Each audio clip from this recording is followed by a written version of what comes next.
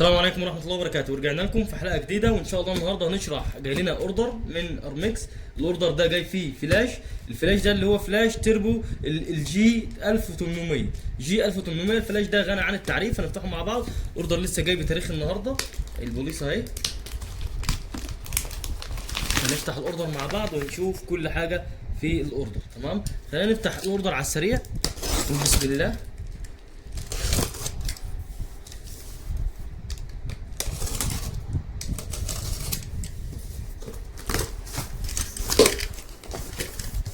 ده كده الاوردر اهو يا جماعه. تمام اهوت. هنحط ده هنا كده. فلاش جاي كسر زيرو حرفيا. الفلاش يعني جميل جدا. على طول نفتح برضو الغلاف دون.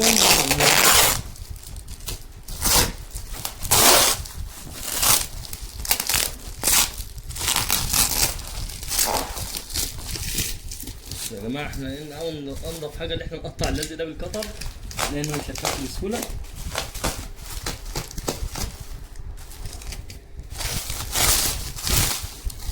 كده. طب يا جماعه هنفك الفلاش وهنقول لكم تاني ان الموضوع بان عليه كبير. طب يا جماعه خلاص قررنا نفك الفلاش اهو. زي ما انتم شايفين كده، بصوا الفلاش مطلع كل كميه اللي انتم شايفينها دي. والله ده الفلاش اهوت. تمام، الفلاش بيجي في الكرتونه اللي انتم شايفينها دي، تبقى كرتونه كبيره قوي كده. تمام، كل اتجاه فيها مكتوب فيه، وده رقم الفلاش اهو اللي هو فلاش جي 1800. وطبعا زي ما انتم شايفين كده التربو، وده رقم السيريال بتاع الفلاش. الفلاش ده غني عن التعريف. ان شاء الله في الحلقه دي هنشرحه شرح كامل، عيوب ومميزات وايه اللي بيجي معاه وكل حاجه وكل تفاصيل الفلاش ان شاء الله رب العالمين. نخش على طول في الشرح ونفتح الكرتونه ونشوف ايه اللي بيجي في الكرتونه مع الفلاش ونقول بسم الله. تمام، ده كده الفلاش اهو زي ما انتم شايفينه اهو. تمام، نبدا باول حاجه بالفلاش نفسه. بسم الله. ده الفلاش اهو. تمام، بيجي في الجراب اللي انتم شايفينه ده. جراب حلو قوي، في مكان من تحت كمان هنا كده بسوسته. ده لو انت مثلا عايز تحط فيه بطاريه مثلا بتاعه الفلاش، لو عايز تحط فيه اي حاجه ممكن تحطها في المكان اللي تحت اللي في الجراب ده. مكان بيبقى فاضي كده، ممكن تحط فيه اي حاجه انت محتاج تحطها فيه. تمام، ده طبعا الفلاش اهو. ده الفلاش جاي لنا كسر زيرو بلمع البلاد. بصوا حتى الورقه الكيسه بتاعه الشاشه لسه عليه. طبعا ده الفلاش اهو، اوريكم من جميع الاتجاهات عشان تبقوا شايفينه كويس. تمام، فلاش اللي هو التربو جي 1800، وده غني عن التعريف بلاش بطاريه، وهنشرحه شرح كامل. بس خلينا واحده واحده كده نوريكم المحتويات اللي مع الفلاش. ده كده الفلاش. تمام، بيجي معاه الشاحن بتاع البطاريه. تمام، وده بقيه الشاحن اهو. تمام، بيركب الشاحن بالطريقه دي كده هنا كده. تمام، متركب دي في الكهرباء، وطبعا بتركب دي البطاريه اهي. تمام، دي البطاريه زي ما انتم شايفين كده. تمام، البطاريه دي كام ملي امبير؟ 2500 ملي امبير. دي حاجه حلوه جدا، يعني ممكن تشحنها الشحنه الواحده تكفيك ما شاء الله، ممكن حفلتين او 3 حفلات. تمام، ومميزات الفلاش ده كتيره جدا هنشرحها دلوقتي مع بعض تفصيليا. طبعا دي البطاريه، وبتركب البطاريه بالشكل ده في الشاحن كده. تمام، وبتحط الشاحن على الكهرباء بتشحن بكل سهوله. تمام، دي كده بالنسبه للبطاريه. وبيجي معاه الديفيوزر بتاع الفلاش اهوت. وبيجي معاه كمان الكتالوج ده اه. تمام، وخلونا على طول نحط الحاجات دي كده ورا شويه ونخش على طول في شرح الفلاش. بصوا يا جماعه، بالنسبه للفلاش، الفلاش ما شاء الله عليه حاجه كويسه جدا جدا جدا، حاجه ممتازه. وفلاش بطاريه. خلينا على طول نركب البطاريه علشان نبدا في الشرح بتاعه. نقول بسم الله. هنشرح طبعا ازرار وكل حاجه خاصه بالفلاش. البطاريه بتركب بالطريقه دي كده هنا اهي. الاثنين دول بيبقوا صف بعض، دول بيركبوا الناحيه دي كده، والنقاط دي بتبقى في الناحيه دي كده. بتركب البطاريه وكده. وده الزرار اللي بيفتح الفلاش وبيقفله. هنفتح كده الفلاش كده. الفلاش فتح معانا اهو. تمام، والفلاش يعني فيه مميزات كتير جدا جدا جدا. بس خلينا نشرح الاول الازرار بتاعته. ده اول زرار اللي هو ده اللي بيغير الاوضاع بتاعه الفلاش. بتغير من مثلا من وضع كذا لوضع كذا. تمام، اللي هو الزرار ده زرار اللي بيفصل النور وبايده. طبعا زي ما قلنا ده زرار الاوضاع. لو انت مثلا عايز تغير من وضع لوضع بتغيره من الزرار ده اللي هو ده. تمام، الزرار اللي فيه ده بتوع ضبط في الاعدادات في الفلاش نفسه، في اعدادات الفلاش. زرار الفلاش ده بتاع الزوم تمام. والزرار ده بيقفل الفلاش وبيفتحه. وطبعا دي البكره اللي بتعلي منها الفلاش وبتوطي منها الفلاش على حسب الدرجه اللي انت عايزها. يعني مثلا ده على اوطى حاجه، وكده مثلا على اعلى حاجه اللي هو 1:1. تمام. طبعا ده زرار التيست. الزرار في زرار التيست بتضغط عليه كده، وطبعا بيعمل التصفيره اللي انت شفتها دي كده. وساعه الفلاش ما بيجمع بيديك صفاره تانية انذار ان هو جمع. بصوا كده.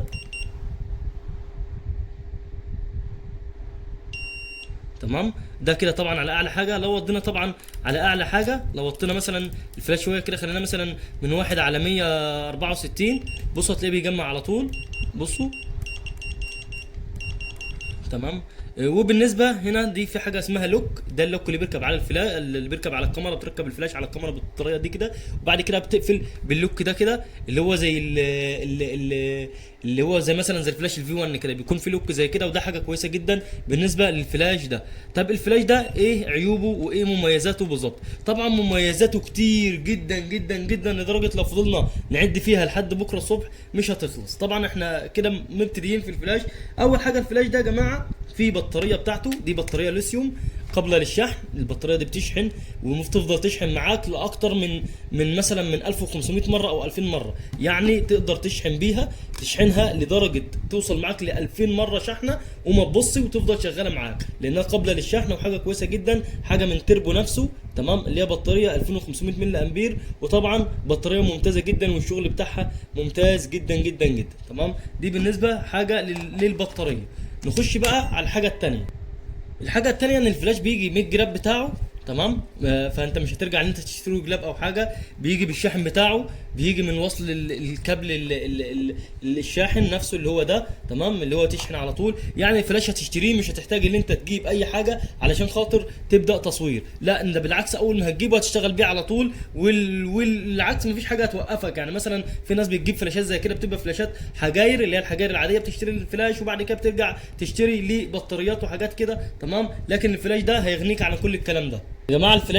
الفلاش ده فيه حاجه اسمها تكبير يدوي تلقائي. تكبير يعني ايه؟ يعني انت بتزود الاضاءه او بتمشي الاضاءه لمساحه كبيره. الاضاءه بتاعه الفلاش ده بتجيب لمساحه حوالي 25 متر او 26 متر. يعني حاجه بعيده جدا. تمام. يعني انت تبقى بعيد عن الهدف اللي انت بتصوره ب 26 متر، وتلاقي الفلاش بيجيب معاك طبعا من زرار اللي هو زرار الزوم ده، اللي انت بتزود الاضاءه قوي، فبتخلي الاضاءه تضرب في مكان بعيد او تجيب المكان اللي بعيد اللي انت عايز تصوره. طبعا الوضع التلقائي للفلاش اللي هو وضع التي تي ال، ده وضع تلقائي للفلاش اللي هو بيشغل كل حاجه في الفلاش تلقائي. وكمان الفلاش ده فيه ميزه مهمه جدا جدا جدا. ايه هي الميزه؟ الميزه ان انت بتوصل الفلاش ده عن طريق الواي فاي بالكاميرا. مش محتاج ان انت تجيب لا ادوبتور، مش محتاج يا رب ان انت تجيب تليجر ولا تجيب اي حاجه، لان الفلاش هو من تلقائي لنفسه بيتصل بالكاميرا. حتى لو الفلاش ده انت حاطه على اوكتا او على سوفت بوكس بعيد ومتصور بالكاميرا، هيصور معاك وهيبقى زي الفل معاك، لانه زي ما قلت لك بيتصل عن طريق الواي فاي بالكاميرا. ودي خاصيه عايز اقول لك ان هي مش موجوده في فلاشات عاليه جدا زي فلاش الفي 1. الفي 1 مثلا ما فيهوش الخاصيه دي، وفلاشات كتير جدا جدا جدا ما بيكونش فيها الخاصيه دي. لكن الخاصيه دي حاجه مميزه جدا، وبتخلي الفلاش ده سعره يعني مرتفع حبه، مش عالي قوي. لكن الفلاش ده ممكن لو انت مثلا لقيته في السوق هتلاقي مثلا رينج سعره من 3000 جنيه ل 5000 جنيه على حسب حالته، او على حسب هو معاه ايه وكده. وطبعا الخاصيه دي كل الناس عارفينها ان هي خاصيه ممتازه جدا، اللي هو الفلاش بيشتغل بدون تليجر بدون اي حاجه، وبتوصله بالكاميرا مباشر على طول، بيشتغل بدون تليجر او بدون اي حاجه. طبعا عشان الفلاش بيشتغل لاسلكي بينه وبين الكاميرا على طول، في 4 قنوات بيكونوا موجودين في الفلاش. طبعا انا مش معايا دلوقتي كاميرا انا اجرب لكم عليها، انا طالع كده الفيديو قلت اشرحه على السريع، لان الفلاش دي لسه جاي لنا زي ما انتم شايفين وفاتحينه مع بعض. فيعني بعد كده ان شاء الله هطلع لكم بفيديو تاني ونعرفكم ازاي ممكن توصل الفلاش بالكاميرا عن طريق القنوات. بيكون في 4 قنوات هنا في الفلاش. ال4 قنوات دول عن طريق قناه بتظبطها هنا على الفلاش، وبتظبط نفس القناه على الكاميرا، وبتشغل الفلاش بيشتغل معاك بكل سهوله. طبعا مدة الفلاش لما بتكون بتصور وانت موصل الفلاش بالواي فاي للكاميرا، مدة الفلاش نص ثانية. تمام، نص ثانية بالظبط بيكون. يعني انت بتصور من الكاميرا، طبعا لازم يكون في مسافة نص ثانية ان هو مثلا يوصل للاوكتا فيعمل الاضاءة، فالاضاءة تطلع مثلا قبل التصوير بتاعك، فايه فتظبط لك الصورة او تظبط لك الحاجة. تمام، هو اقل من نص ثانية، بس احنا بنقول ان هو مثلا نص ثانية. طبعا وقت اعاده التدوير في الفلاش، وقت اعاده التدوير يعني لما بتضرب كده، لما يكون الفلاش على اعلى حاجه، على اعلى اضاءه، اللي هو مثلا اعلى اضاءه اللي هي على الوضع المانوال، طبعا مش الوضع الاوتوماتيك، لان دي كده على الوضع التي تي ال اللي هو الوضع الاوتوماتيك للكاميرا. لو مثلا جبنا على الوضع المانوال اللي هو زي كده، وجبنا مثلا الفلاش على اعلى اضاءه اللي هو 1:1، طبعا فاصله اللي ما بين يعني لما تيجي تضرب كده، الضربه بين دي والثانيه بيكون 2.5 ثانية زي ما انت ما سمعتوا كده. بصوا بالظبط ثانيتين ونص. الضربة والثانية بيكون في فاصلة 2.5 ثانية. طبعا ده حاجة قليلة جدا. 2.5 ثانية في فلاشات بتكون يعني اقل من كده بكتير، بتكون بتوصل ل5 ثواني ول6 ثواني، لكن طبعا 2.5 ثانية حاجة كويسة جدا جدا بالنسبة للفلاش على الوضع المانوال، اللي هو اسمه بالعربي كده وقت اعادة التشغيل. وقت اعادة التشغيل 2.5 ثانية. طبعا التكبير والتصغير على الفلاش ده بيكون تلقائي، والمزامنه بتاعت الفلاش، المزامنه طبعا عاليه الدقه جدا جدا جدا، من 1/8000. وطبعا زي ما قلنا الفلاش فيه 4 قنوات بتشغلهم على الكاميرا. وطبعا الفلاش فيه خاصيه تانية جميله، درجه حراره اللون بتاعت الفلاش هي 5500 درجه. يعني بصوا، يعني درجه حراره اللون 5500، فدي حاجه كويسه جدا جدا جدا. طبعا الفلاش زي اي فلاش بيكون فيه الستاره الاماميه اللي هي دي، اللي هي بتنعم لك الاضاءه، اللي انت ممكن تنعم منها الاضاءه لو انت مثلا بتشتغل في فرح، او ان انت مثلا بتشتغل ومش عايز حاجه اضاءه شديده، وانت عايز تشتغل على الفلاش عالي بس تخلي الاضاءه ناعمه، فطبعا ممكن تشتغل على الشمسيه اللي قدام دي، او ممكن تركب طبعا اللي هو الديفيوزر بتاع الفلاش اللي هو ده، ممكن برضو تشتغل بيه لو حابب تشتغل بيه. ولكن طبعا انك تشتغل من غير الديفيوزر بتاع اللي قدام دي بيكون كويس. وفي كمان حاجات بتركب على الفلاش من هنا، زي مثلا الديسك فلاش او الحاجات دي، ممكن برضو تستخدمها لو حابب تستخدمها، لان اضاءه الفلاش ده قويه جدا جدا جدا. وطبعا الفلاش بيميل 170 درجه زي ما انتم شايفين كده اهو. تمام، وكمان بيلف 180 درجه بالاتجاهات دي كده اهو، وترجع الفلاش تاني زي ما كان 180 درجه. بصوا يعني الفلاش هنا كده تاني، ممكن تخلي دي، بصوا تفضل تلف في الفلاش كده لحد ما تجيبها في نفس مكانها تاني، فبيلف 180 درجه حرفيا حوالين نفسه. يعني انت لو شغال في اي شغل في فلاشات طبعا بتلف لفه واحده، اللي هي بتلف اللفه دي كده كده كده كده تمام، وترجعه تاني. لكن لا، دي بيكمل معاك اللفه زي ما انت شايف كده، ودي حاجه ممتازه جدا عشان لو انت شغال وعايز تجيب الفلاش مثلا تعمله كده وكده مثلا، فالفلاش يبقى معاك سهل. او مثلا عايز تجيبه الناحيه الثانيه فما تفضلش تدور في نفسك اهو. تمام، هيلف معاك لفه كامله زي ما انت شايف كده، فدي حاجه كويسه جدا جدا جدا، وتتحسب طبعا للفلاش. طيب مميزات الفلاش ايه بالظبط؟ ايه جميع المميزات بتاعه الفلاش؟ خلينا نقول على السريع كده مميزات الفلاش وعيوبه. طبعا من مميزات الفلاش ان هو بيجي ببطاريه ليثيوم قابله للشحن، تشحنها لاكثر من 2000 مره او 3000 مره، تفضل تشحن معاك، وكل ما تفضي شحن تشحنها تاني، فدي حاجه كويسه جدا. وحتى لو البطاريه باظت تقدر انت تشتري له بطاريه تانيه وتكمل تصوير بيه. الفلاش ده شبيه يا جماعه للفلاش اللي هو 680 لا يا رب 860 من جودكس، ده شبيه ليه. ولكن الفلاش ده فيه بعض مميزات اعلى من الجودكس، والجودكس طبعا بيتميز في حاجات يعني دي حاجات فيه مختلفه عن جودكس، والجودكس فيه حاجات مختلفه عن الفلاش ده. طبعا كل فلاش او كل شركه بيكون ليها مميزاتها وليها عيوبها، وفي نقط كده الشركات بتحطها بتتميز الفلاشات بتاعتهم عن الفلاشات الاخرى في التصنيع بتاعها. تاني ميزه بالفلاش ان هو بيتميز بسرعه عاليه جدا بين الاضاءه والاضاءه. يعني كل ما تضرب لقطه زي كده ثانيتين بس ونص في انك تقوم الفلاش تاني، طبعا ثانيتين ونص دول قليلين جدا جدا جدا، وحاجه ممتازه جدا. وطبعا الناس اللي بتصور عارفه الكلام ده كويس. يعني عدد التدوير بتاعها ثانيتين ونص، دي حاجه كويسه جدا وتتحسب طبعا من مميزات الفلاش. برضه من مميزات الفلاش تاني ان الفلاش ده بيشتغل على كاميرات كانون، وبيشتغل على كاميرات نيكون، وبيشتغل على كاميرات سوني. طبعا الفلاش ده بيدعم اوضاع متعدده، هسيب لكم الاسماء بتاعتها على الشاشه هنا تشوفوها، تمام. بيدعم جميع الاوضاع اللي هسيبها لكم دي، وحرفيا هي 8 اوضاع، 8 اوضاع ممكن تشتغل عليهم زي مانوال واوتوماتيك ومش عارف ومود ومش عارف ايه، كذا وضع كده ممكن تشتغل عليه. وطبعا المانوال ده اللي بيتحكم في الفلاش بالكامل، لو انت عايز تتحكم في الفلاش فطبعا بتجيبه من المانوال اللي هو ده كده، اللي انت تتحكم في اضاءه الفلاش مثلا تعليها او توطيها او كده. كمان الفلاش ده فيه ميزه مميزه جدا جدا جدا، في سنسور حساس من قدام كده، بصوا زي ما انتم شايفين كده اهي. السنسور ده يا جماعه لو انت بتصور في اي مكان وبتصور طبعا على الوضع الاوتوماتيك مش على الوضع المانوال، يعني مثلا خلينا على الوضع الاوتوماتيك زي كده اهو، تي تي ال ده الوضع الاوتوماتيك، وجيت انا صورت مثلا زي كده، بصوا الاضاءه مهما كان الفلاش شديد او ضعيف بيصور على حسب الاضاءه اللي قدامه، يعني على حسب الاضاءه اللي قدامه وعلى حسب الظروف اللي قدامه الفلاش بيطلع كميه اضاءه على حسب الظروف اللي هو بيلتقطها من الحساسات دي. الحساسات دي لو الدنيا ضلمه هي بتعلي الاضاءه تلقائي، يعني بصوا هتلاقي الاضاءه ضعيفه جدا، ليه؟ لان انا عامل اضاءه هنا ورا الخلفيه عشان خاطر تنور ليا، تمام. فزي ما انتم شايفين كده بصوا الاضاءه طالعه خفيفه جدا، ليه؟ لان الاضاءه شديده جدا. لو انا طفيت الاضاءه هتلاقي غير كده. طب لو انا عملت مثلا طفيت الاضاءه زي كده اهو جنب من الاضاءه، بص لو جيت صورته هتلاقي الفلاش الاضاءه بتاعته عليت شويه، تمام. كل ما تكون الدنيا ضلمه اكتر كل ما الفلاش هيكون الاضاءه بتاعته اعلى، لانه بيظبط نفسه على حسب الظروف اللي قدامه، ودي طبعا ميزه مميزه جدا مش موجوده في فلاشات عاليه. وبرضه من مميزات الفلاش ان البطاريه بتاعته دي اهي، البطاريه دي قابله للشحن وبتشحن في ساعه واحده بس، يعني ساعه واحده هتكون البطاريه شحنه ومفوله، كانك بالظبط بتشحن موبايل او كانك بالظبط بتشحن حاجه. يعني ساعه، يعني ساعه دي قليل قوي بالنسبه لشحن البطاريه. في فلاشات عاليه قوي البطاريه بتاعتها بتشحن في 4 ساعات وفي ساعتين، وفي فلاشات البطاريه بتاعتها بتقعد اكتر من كده، لكن دي حرفيا بتقعد ساعه فقط او ساعه وربع بالكتير بتكون شحنه، لان الشحن بتاعها ده قد ايه كام ملي امبير. ثواني كده هشوف لكم كام ملي امبير، قصدي الاسف هشوف لكم كام واط، يعني بيشحن بكام واط، انا اسف.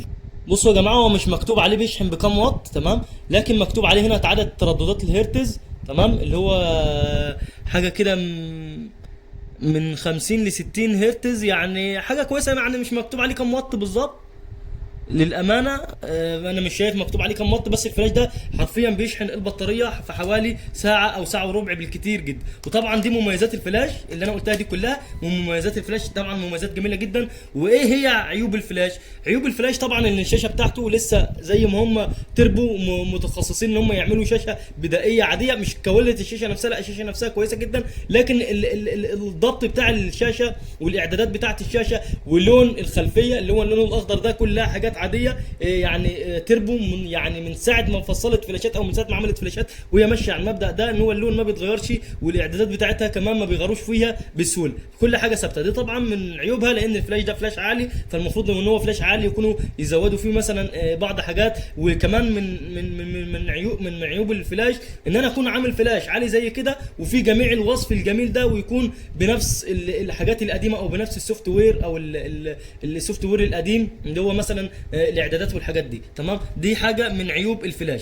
وكمان من عيوب الفلاش يا جماعه ان الفلاش ده تقيل جدا نسبيا، تمام. وانا طفيت لكم برده الاضاءه شويه عشان اوريكم الاضاءه بتاعه الفلاش على وضع المانوال هتزيد ازاي، تمام، على وضع قصدي الاوتوماتيك. بصوا الفلاش ده، يعني خلينا برده اقول عيوبه الاول. الفلاش ده تقيل نسبيا، يعني تقيل شويه، يعني حوالي كده نص كيلو او اكتر شويه، يعني نص كيلو على فلاش، فده حاجه برضو عيب جدا في الفلاش، لانه نص كيلو ده كتير جدا. تخيل لما يكون فلاش نص كيلو والكاميرا كمان هي كمان نص كيلو والعدسه مثلا داخله لها في نص كيلو، يبقى طبعا هتبقى حاجه ممله او حاجه تقيله جدا على ايدك، مش هتقدر ان انت تشيل الحاجه دي. فطبعا ده حاجه برضو من عيوب الفلاش. طبعا زي ما انا قلت لكم كده، بصوا في الاضاءه عليت ازاي لما طفيت الانوار، الاضاءه عاليه جدا. بصوا الاضاءه عليت جدا جدا، ليه؟ لان انا طفيت الانوار والدنيا بقت ضلمه حرفيا شويه، فالاضاءه زي ما انتم شايفين كده عليت نسبيا شويه، تمام.